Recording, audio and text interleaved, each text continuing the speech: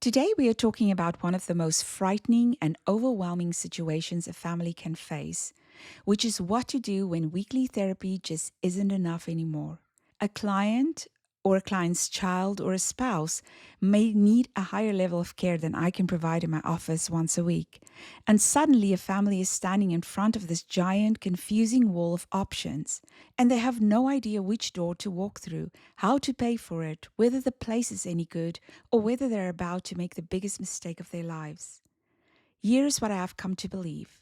It is almost impossible to find the right place for someone you love if you do not have someone like my guest today in your corner.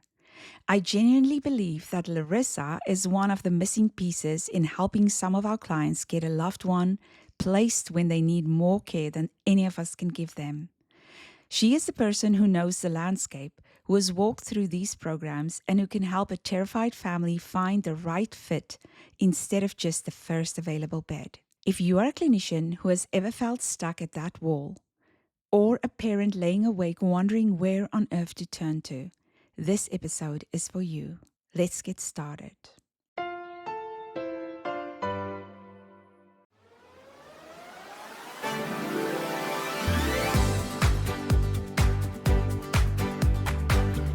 Welcome to The Missing Piece, Cracking Therapy's Toughest Cases. I'm your host, Heleen Woest, and I'm a licensed professional counselor. Today I have Larisa Klein with me. She's a counselor and also a treatment placement specialist. Her whole job is helping families and clinicians navigate the higher levels of mental health and addiction care. She works with a national team that provides free personalized treatment, guidance, and referrals for people dealing with mental health concerns, substance use, eating disorders, and trauma. She has years of experience in behavioral health care, and what I love about her work is that she has personally visited and vetted these programs. She is not guessing. She is an expert and she knows what she's doing. Larisa, welcome. Thank you, Heleen. It's so nice to be here. I love having you. Yeah. Well, can you describe in plain language what a treatment placement specialist actually does? And where do you come into the story for a struggling family? Just sort of overview. Yeah, absolutely. The way that I came into becoming a treatment placement specialist is really kind of a calling in my life, I think. Over the last 20 years, I've focused on mental health, behavioral health, psychology, the brain, why we do the things we do. That was always a question when I was going into school, Things kind of went a little sideways when I was quite young and I wanted to kind of get into the business realm. Okay. So I went into community outreach and business development after I graduated instead of going directly into practice or working as a therapist in a clinic. Okay, wow. And I loved it. I mean, it was like an immediate, this could be a career. I remember sitting in an office similar to this with a group of people. I had a team and I loved it. I was like, this is so fun. And you know who I am now, but so yes. I got to fulfill the role and the dream of being a businesswoman too. Oh, wow. So that was a big piece of this too. Business and counseling, they actually do go well together, don't they? Yeah. Yeah, I mean, you have to have some understanding of how to run your business and then how to get clients and then what happens when you get the clients. So there's a clinical aspect and a business aspect. And I really went down the business development role and working within behavioral health hospitals is where I've spent the majority of my time. Helping people in that way. So when I found out about the treatment placement specialist role, I was like, this is kind of interesting. And I pursued that, and it was really fun to learn more about it. I am employed by an organization, and I will say through the whole podcast, these are all my views. These are not the views of my employer. Yes. People can probably find out who I work for just by searching. So I just want to put that disclaimer out there to protect both them and myself. Absolutely. And just so everyone knows that we're going to maintain all HIPAA compliant. Yeah, I specifically wanted you on here because I know the first time I heard about you, you came to have a little chat with us here at our group at Waypoint. And I was like, what? You do what? There is somebody that can do that? Because it is so hard as therapists to try and navigate that. Just getting into, I mean, even with the internet, even with AI, it is so difficult to help and figure this out with people, right? And you're really still just taking a chance. You still don't know where they're going. And definitely has happened to me in the past where I hoped a place was good. I heard some good things about it. I don't really know. And I tell the clients, I really don't know myself, but I guess try it. And it was horrible experiences, you know? Yeah. So it's definitely, I feel so much more confident having you in my back pocket. And I can just like pick up the phone and be, Larisa, can you help me place this person? Because I care about my clients. I want them to land in a good place. Yeah. I mean, we get into this role and we realize that we're helping people. We want to continue to help them. We do not want to harm. No. Right? That is not our nature. No. And when that happens, or if that happens, it does happen, you know, unfortunately. We want to either make it better or prevent it from happening again. You know, I also really encourage all my therapists, the people that I work with, that are the professionals in the room, to visit programming and services that they're referring to. How do they operate? And that builds the relationship. And it also builds trust and rapport.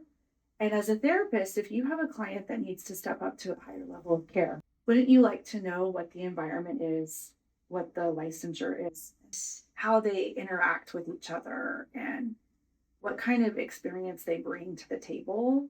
Larisa, I think me and you are going on a road trip. Yeah. Because I want to see more of these places. Yeah. And most programs that are very well run and have a great reputation have professional immersion weekends or days that you can go and do and participate in. Yeah, no, I didn't even think that that's probably a possibility, right? And something maybe for other therapists to know as well is like to reach out to Larisa and see if you really want to go see places and you can maybe look them up, you know? Yeah.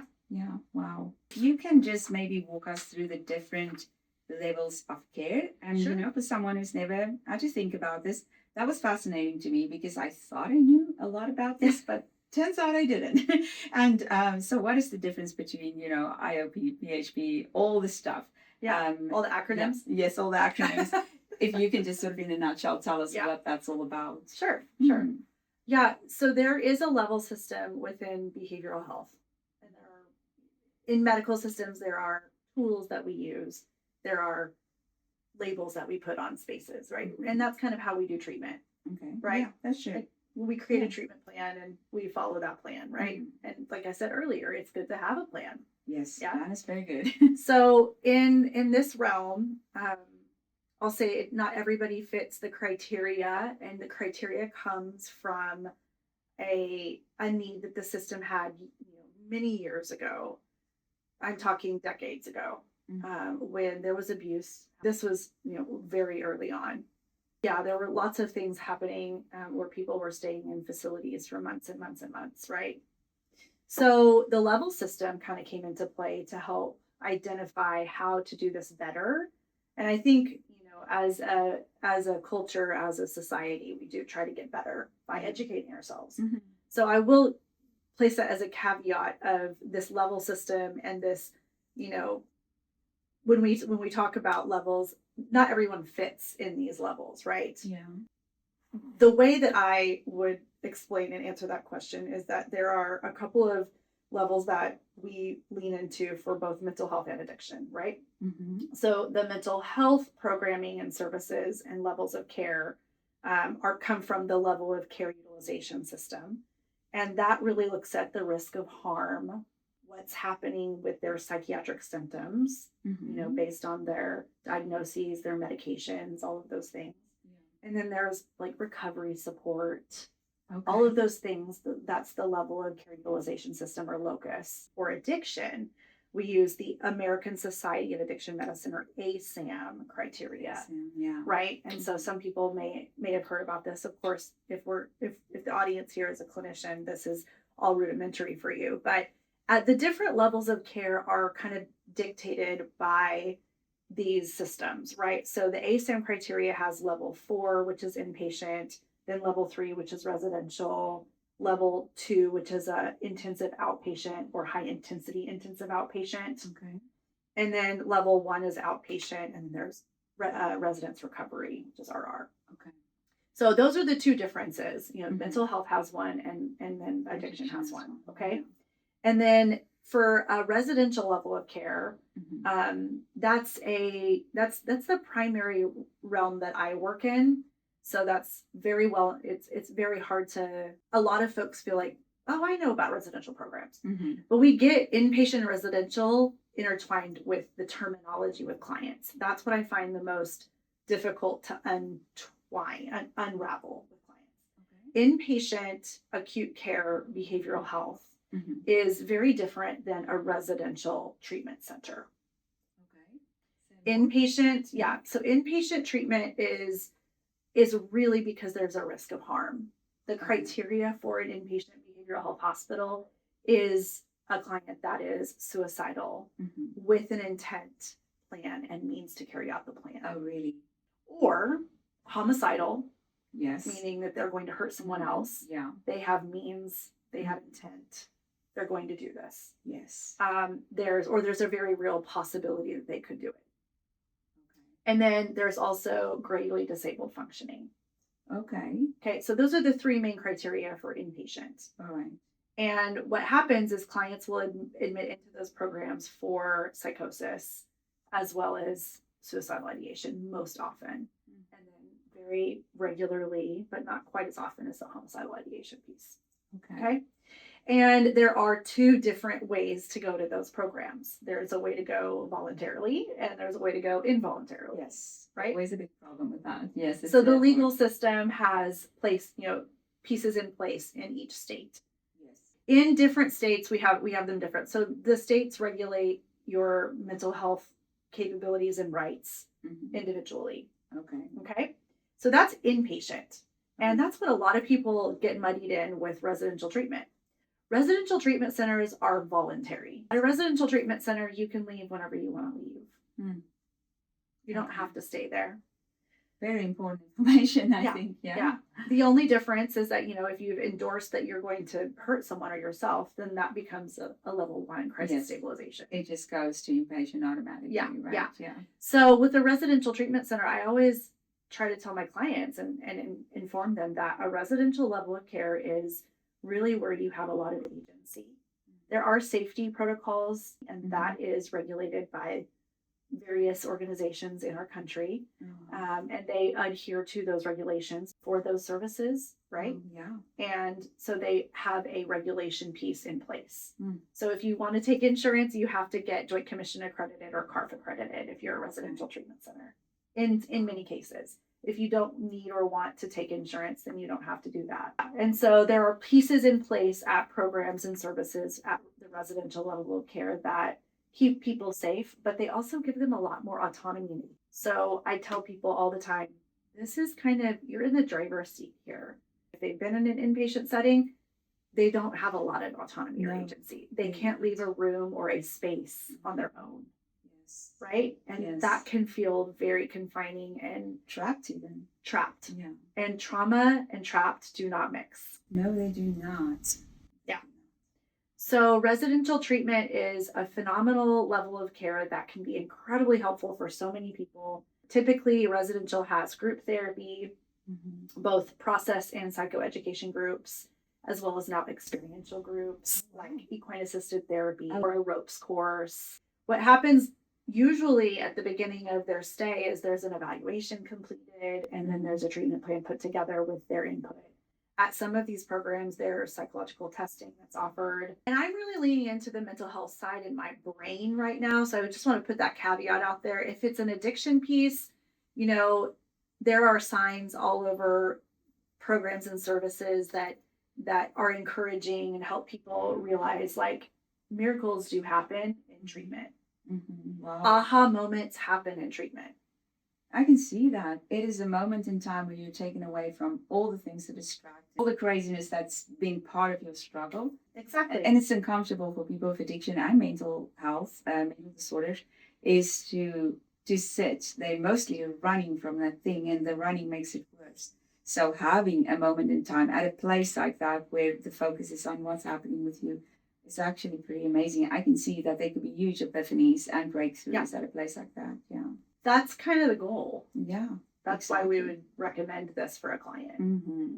Is, if you're in an individual session with your therapist once weekly or twice monthly, right, bi-weekly, and you have some aha moments, triple that. And wouldn't it be awesome if we just had a retreat center that we could go to? Well, yes. Those exist too. Retreat centers exist as well. Yeah, they do. Absolutely. Yeah. Tell me more about that. Yeah. Well, I just found out about one actually, that you can go for a weekend and do an intensive. I don't know very much about some of the retreat centers that are available because it's not really what I work in, but I just recently found out that we can do that. Oh, wow. Now, those aren't, they may not have trained therapists at the level that a residential program has, though. Yeah. So residential is always professional people. Yes. You would be seeing licensed psychiatrists. You'd see a licensed medical practitioner, both on the pharmaceutical side and also the integrative medicine side, too, right? In some programs. Like natural medicine, chiropractors, massage therapists. Yeah. That's excellent. Yeah. So at a residential level of care, like I said, there's individual therapy, group therapy, experiential therapy that's happening. There are some integrative practices that can happen. Sound baths are now a thing. Yoga is a thing. Yes. But then there's also the amenities that you get in residential treatment too. Okay. Olympic-sized swimming pools, hot tubs, ropes courses, they might use goats for their therapy instead of horses. Who knows? But who knows? Yeah, those bunnies are some. Yeah, bunnies. Yeah, having animals around, using music, using the arts. Those are all so crucial. So therapeutic. Yeah. So those are the things that you could do. There's also we don't want to leave out these incredibly important other pieces, which is PHP. Okay. Partial hospitalization program is what that stands for. And that's an intense level of care that's usually around 20 to 25 hours a week. So if you think about it, that's a part-time job. Yeah. Right? Really? So typically people will need to take some time away. That's typically group therapy, individual therapy, and medication management. And those exist in our communities and people can go to them. Sometimes they have to have boarding with those if they're coming out of addiction treatment and they need sober living. Yes. There's something called BPHP now, which is boarded partial hospitalization program. Oh, okay. So they have sober living attached to their program. So they're living in a sober living community or a home. And they're integrating back into life after getting treatment. That can happen for mental health as well. There are boarded mental health PHPs as well. Wow. And then the intensive outpatient level of care, high intensity outpatient treatment, is really around 9 to 10 hours a week. And those programs people are typically working and seeing their own individual therapists in those levels of care. They're not now seeing the program doctor, they're seeing their own doctor for their meds. So they're transitioning away from the supports that was in the PHP and the residential level of care and starting to integrate back into the services that they were receiving before or new services. Okay. Yeah. So I do really endorse, everyone is so unique. So an individualized care plan that meets the needs of your client is what you need to put together with your placement specialist or with your treatment team that you've created for this person.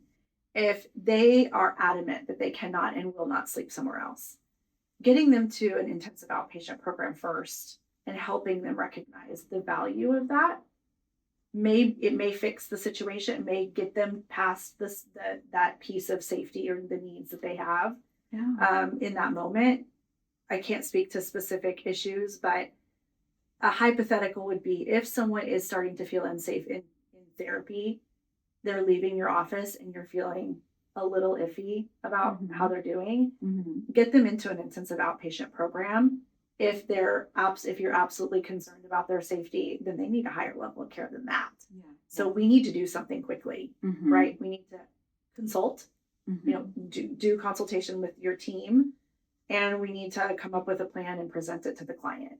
This is no longer a safe environment for you to process this. And the intensive outpatient program can step a client up to an inpatient level of care, a hospital, whatever, as well when that is a need. But the way that I like to explain this to people is the hospital is for safety, residential is for processing and aha moments in a safe environment with agency. Partial hospitalization programming is for reintegrating back into life. And then IOP is you're on your way back to life in a new way, doing life in a new way. And then outpatient is your continuing care support. But those levels of care help give us a picture and boundaries and guardrails to help us understand as professionals where a client needs to go and be. And I find it to be helpful. A lot of people find it that we're putting them in a box and labeling them, and I don't want to do that either. So I really do want, like I said at the beginning, this is all created because of abuse of the system. So, but it has helped identify levels of care and services that can be very useful and helpful, and put a framework around clients to help them get better. That's what we're going to do. Absolutely. And speaking of that, getting them there, getting them ready. Maybe they're at one of the stages of change and they're just not ready. So tell us a little bit more about how do you work with therapists to help them get their clients there? What are some ideas that you have? So yes, you sent me some of these questions beforehand, and you mentioned the trans-theoretical or the stages of change method. Stages of change. And stages of change. So I was looking through those, and I've used the terminology quite a bit myself. We're kind of in the pre-contemplative stage right now. But to come alongside a therapist and help them support their client through this it's an honor to be able to do that for me personally. So I want to support the practitioner and helping them present options. And so what I've done and how I've done it is kind of very organic. What are you thinking about? How, you've shared with me what's going on with your client. What are you thinking? And then they'll tell me, well, I'm thinking an intensive outpatient level of care. And a lot of people do that because they're afraid to present the residential level of care. So coming back to the stages of change, we need to get a plan in place. And that's where I say there are definitely options to consider. So I look at three things. First and foremost, clinically, what's going on with the client? Financially, what's within their means? And geographically, where are they willing to go? Are they willing to travel? Because in our state, there aren't a lot of options for certain types of treatment, like a residential mental health program. There can be services through the state that are offered. So when people come to me and they're, professionals call me, my first and foremost question is, where are they in this space? Do they want to pursue treatment? How can we work with them? Oftentimes they're already to that place. And so we're talking about options. We're running benefits. We're finding out, they have an insurance plan that we work with at this program. This is the program. Let me tell you about it. And this is the benefit of this program. This is how it feels there. There are programs that do campus style treatment where it looks and feels like a college campus. Oh, wow. And then there are programs that do treatment within residential settings. Like you could, you're at a house, in a neighborhood, Okay. Interesting. Yeah. There are neighbors around that are not in treatment. They live in their houses, That's very interesting. Yeah. So, and different states have different rules around those things. In our state, we have both options. And it is really important that we look at the treatment outcomes at those programs. It's important that we know the people that are providing services at those programs. Okay. So gold standard best practice would be a residential level of care transitions into a partial hospitalization program. Partial hospitalization transitions into intensive outpatient. But clients have lives. Yeah, they want to get back to their lives. Yeah, it's difficult. And a lot of them skip those stages. Yeah. And then they have to go backwards. So I really do encourage that when we have these conversations with clients, that we tell them not to discourage, but to be completely honest and authentic and transparent.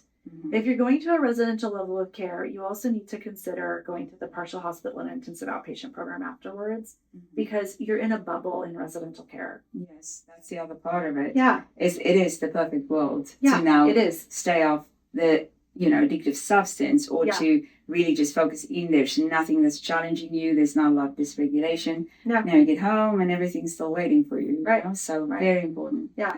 Yeah. And some of the things that we have learned about how clients and people react, we need to take that into account in the future if they're going back to programs. Okay, so I have this question. Let's talk about addiction and comorbid disorders for a second. The data shows that over 21 million adults have co-occurring mental illness and substance use disorder, and 41% of them receive no treatment at all. On top of that, 53% of people with illicit substance use disorder also carry a psychiatric diagnosis. The dropout numbers are staggering. Roughly 30% drop out of psychosocial addiction treatment, and during detox specifically, dropout can be as high as 43%. So can you talk a little bit more about that? Yeah, absolutely. It's so important to incorporate mental health care into addiction treatment.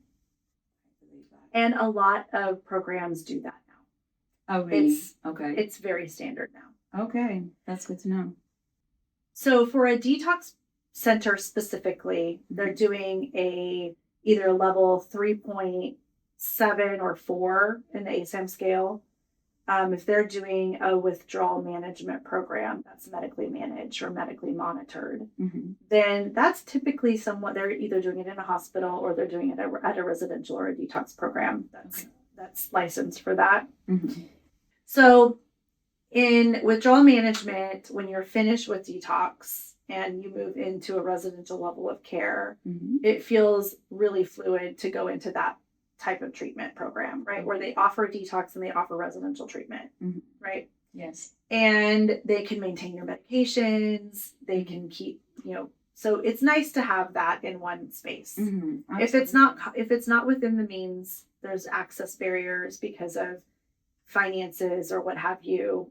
There are a lot of folks that are needing detox who don't have the means. Yes, mental disorders and addiction, and the two together really makes for a situation where people many times lose everything. They do. Yeah. And it's very difficult to navigate those things. So I'm going to lean into the fact that there are supports in place because of funding in our state and multiple states around us, where you can access care.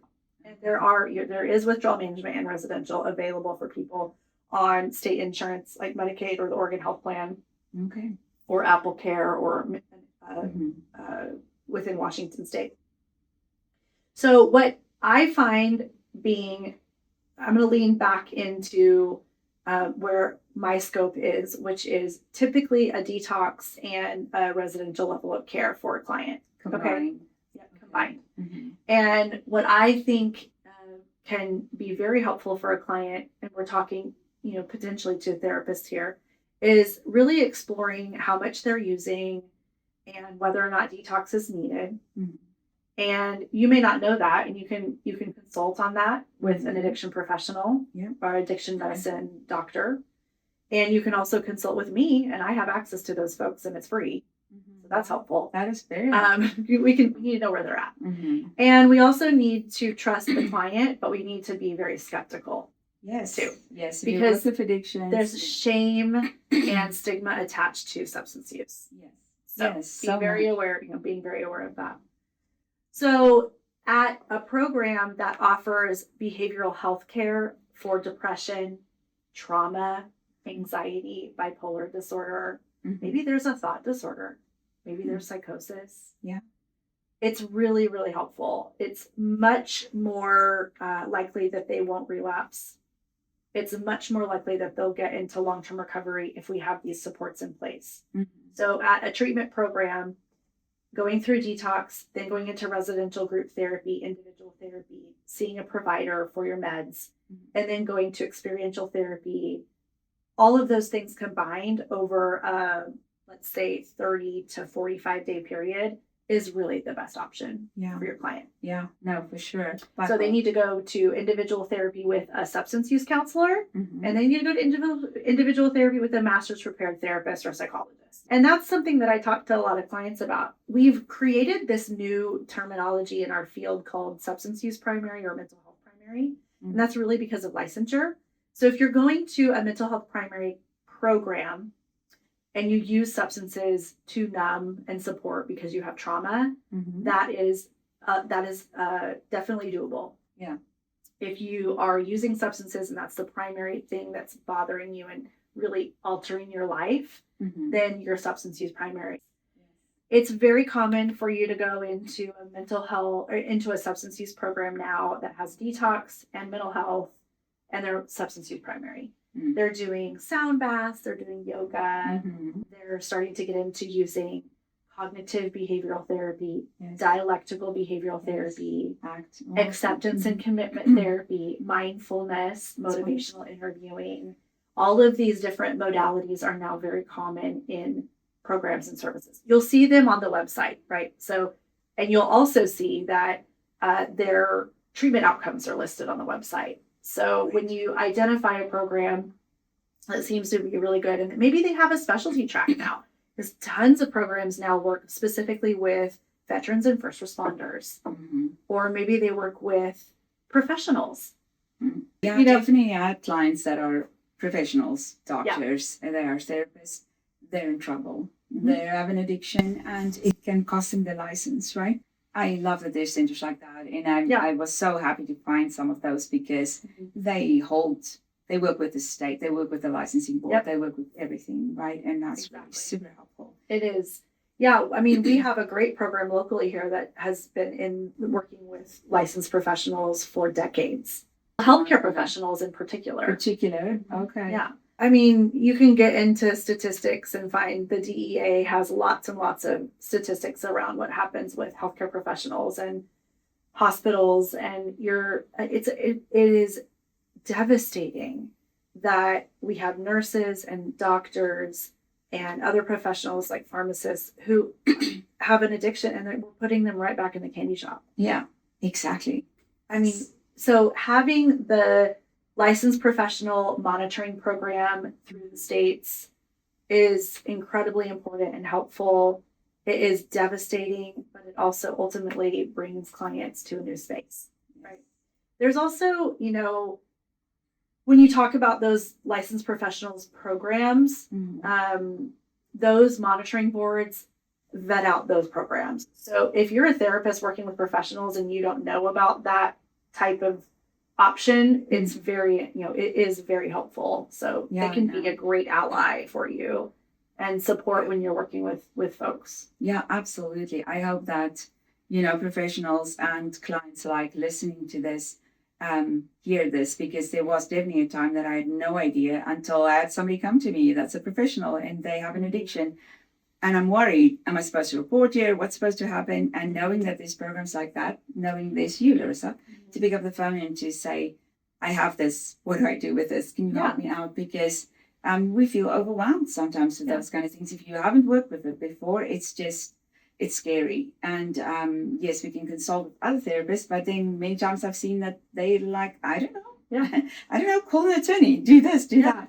Well, maybe we can start with Larisa, right? And she can help us out with some stuff. One of the things that I like about being a placement specialist is that I get to hear more and more and more about what people are doing to support the community of recovery.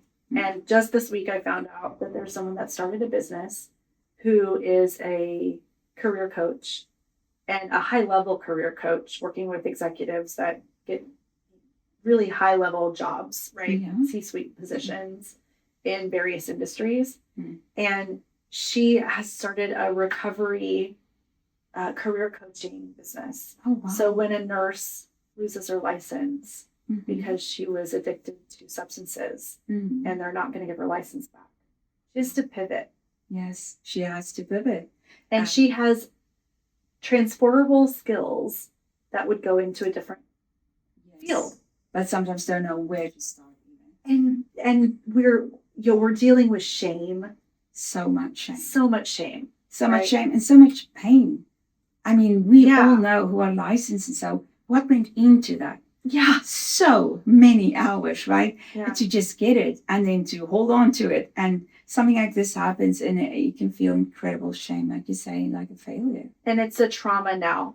And it's a pivotal point in our lives that is part of our story. We have two options, right? We can pursue a new opportunity and be able to tell that story and say, I came out of that, or we can go another direction. Yeah. And let's support people to go the positive direction. Recovery is possible. Yes. I work with people who are in recovery. Mm-hmm. I have family members who are in recovery. Right? I know this is possible. There is hope. Trauma is treatable. And so many addictions have trauma behind them. And trauma is treatable, you know. It is. But if you are going to a facility where they just treat the physical, that's so let's just say that. I've worked at Youth Gospel Mission for a while, women and men shelters. And there is this time, crucial time, when the body is absolutely working against us. The body needs to be, we have to start at the bottom, the body's first, right?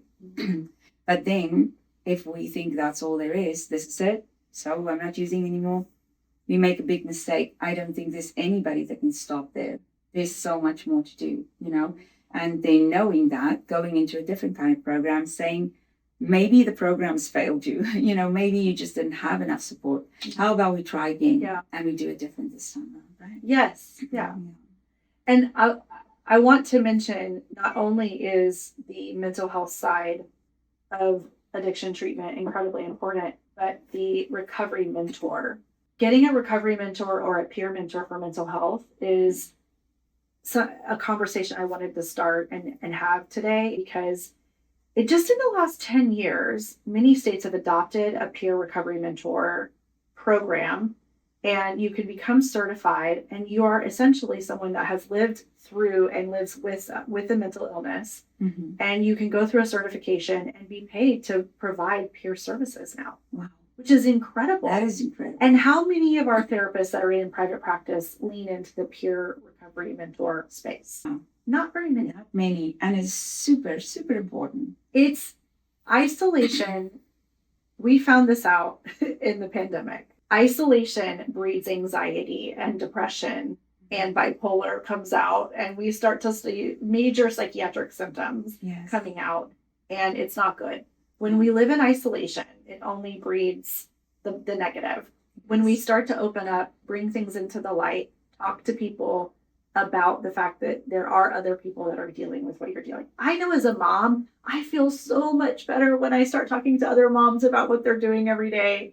Absolutely. If I have depression, if I can talk about that and bring that into the light and not feel shame about it, recognize that other people are dealing with it too. Yes. And there are other people that can help support me through this process. Yeah.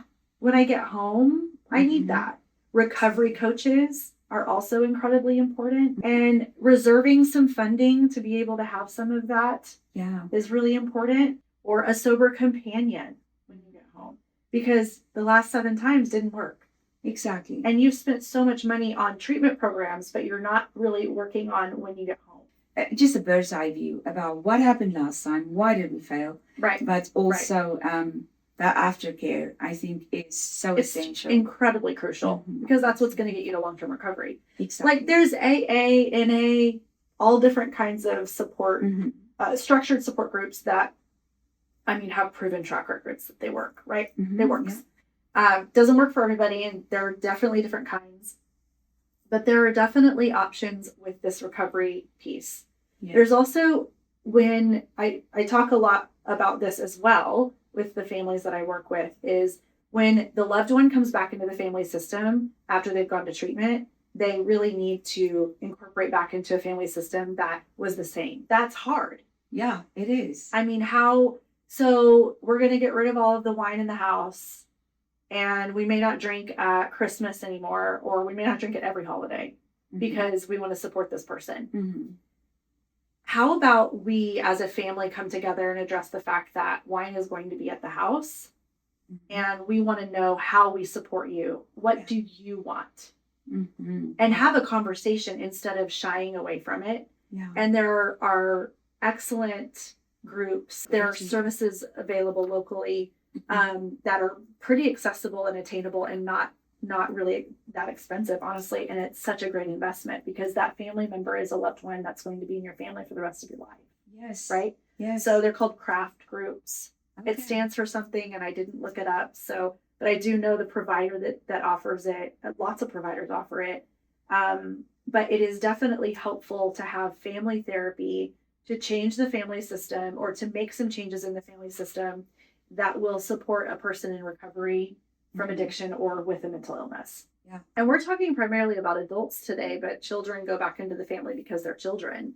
So in the same way, if you're going to a treatment program as a child or an adolescent and you're coming back home and there's still some of those same things in place, it can be really, really challenging for the kid to bring up, I need you to change. Like that usually don't. Yeah. And that's not their responsibility. No, it isn't. So looking as a therapist, supporting your clients to say your child needs help and so do you. And yes, family groups and family support is actually one of the things that I talk about the most every week is how are we supporting the family?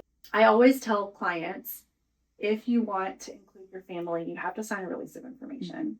So we prep clients, we prep the families. If you need a way to get connected to the program, I'm a great conduit for you. And sometimes the families do not need to know. Sometimes there's a whole situation where it's not safe to talk. Absolutely. And yeah, and for kids certain ages in certain states, kids can get treatment at a therapy office at the age of 14 in our state without telling anyone. Yes, they can. So, and that's a space that's built in because there is a safety issue. Yeah. Right. Yeah. But I think that there's definitely a space for families to understand and know that they need to get the support and help to be able to support that person. And it's a family disease. Yeah, no, I love this. I love that you don't just focus on let's get them in a center, but that you have the bigger picture. You're looking at the whole thing. Yes, you're that's looking the at goal. where they are. Yeah. Where are they at? Yeah. Are they ready to go in? What will work for you? Do we have things afterwards in place? Otherwise, this might not work out, all the things. Right. Yeah, I love that. That's really excellent. This was just a wonderful conversation, Larisa. I really enjoyed it. We just organically went with it. I'm like scrolling through my questions. I'm like, yeah, we covered all of them. This is so fun. It's so great because I think about all these things through the work that I do and every day. So it's kind of fun to sit down and talk about it and be able to get it out. Yeah. And let people know that we exist. Yes. It's helpful. And just probably the elephant in the room around this type of work is that there are treatment centers that are there to market. We do a lot of social media marketing. Sometimes it can feel a little bit weird, and having somebody on your side is really important. It's very helpful, both for the client, the family, and the professional. And we can't be everything, but there is definitely a piece, like you said, the missing piece of somebody that can help navigate this. And so it's been really fun to be able to talk about what I do. Yeah. And not only what I do, in this position, but also just how I think. Yeah, no, definitely. I love picking your brain here today. It's fun. It's really fun. It's really I feel like it's a very realistic way that you're thinking and that you're dealing with this. You come at it from all sides, look at all the pieces, it's super important. These are such hard things, putting or helping people get into a facility where they can be treated. It's not an easy thing for therapists, for the family, having you on our side, somebody who actually knows the places. And it's something that you said once when you came to visit us here at Waypoint. You said that your company even encourages you to just help people get whatever is the best for them. Because you were just saying about the money thing, and definitely there is some, well, myself, I can be skeptical of those kind of things. You know, if it costs a lot of money, I'm like, wait a minute, are you even going to care for me? Is this just about the money? Do you even have good people on board? All of those questions that we can ask you, right? So say a little bit more just here before we end off about that. That's interesting. Absolutely.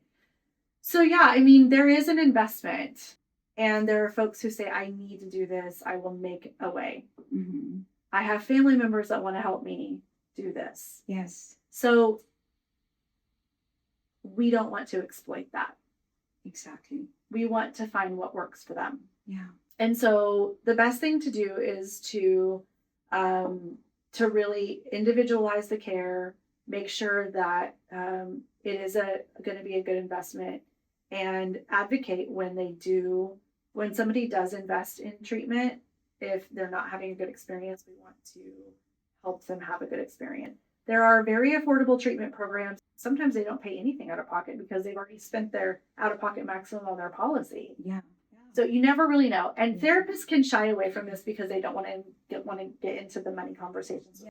I'm happy to do it. I'm happy to do it. I'm happy to have that conversation. Yeah. I want to clinically consult with you, but that clinical consultation can turn into financial consultation. Mm-hmm. It can also turn into, do we need to put this person in a program that's close to home because they're a single mom and they have children? Mm-hmm. Do we need to start at an intensive outpatient level of care? All of those things are conversations that we're going to have based on what's going on with your client at that time. Yeah, absolutely. Well, I really appreciate that. I feel like that part that you care about the person in front of you. You really want to see that they succeed, and it's not, I want to get you into this program because I work for this place, right? It's not that. Yeah. You know what it made me think of? Miracle at 34th Street, is that? Where the Santa works for Macy's, and then he tell people, oh, don't buy this year. It's less expensive over there, right? And his managers are like, what is he doing? But then after a while, they realize, oh, people keep coming back. They feel so cared for here. They feel like, oh, you really care about me. You don't just want me to buy this thing because it's going to make you a lot of money, you know. And so they keep coming back, which is, I think, part of what I see in the whole the way that you do it. You know, it's like I care about the person in front of me. Yes, I have to make a living. Yes, there's money involved. But what is ultimately best for you? What do you need? Right. And that's quite precious. So thank you for being that Santa. Really appreciate that. Yeah. So for everyone listening, if you or someone you love is facing this wall, you do not have this figured out, and you don't have to do it alone. I will drop information on how to reach Larisa and her team in the show notes below. And again, thank you so much. I so appreciate having you today. Thank you, Larisa. Please subscribe to the Missing Piece podcast on YouTube, Spotify, Apple, Amazon, and other well-known platforms. And I will catch you guys next time as we keep looking for those missing pieces.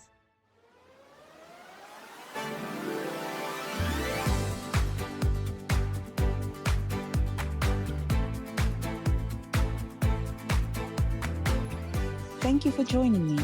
I'm Heleen Woest, and this is The Missing Piece.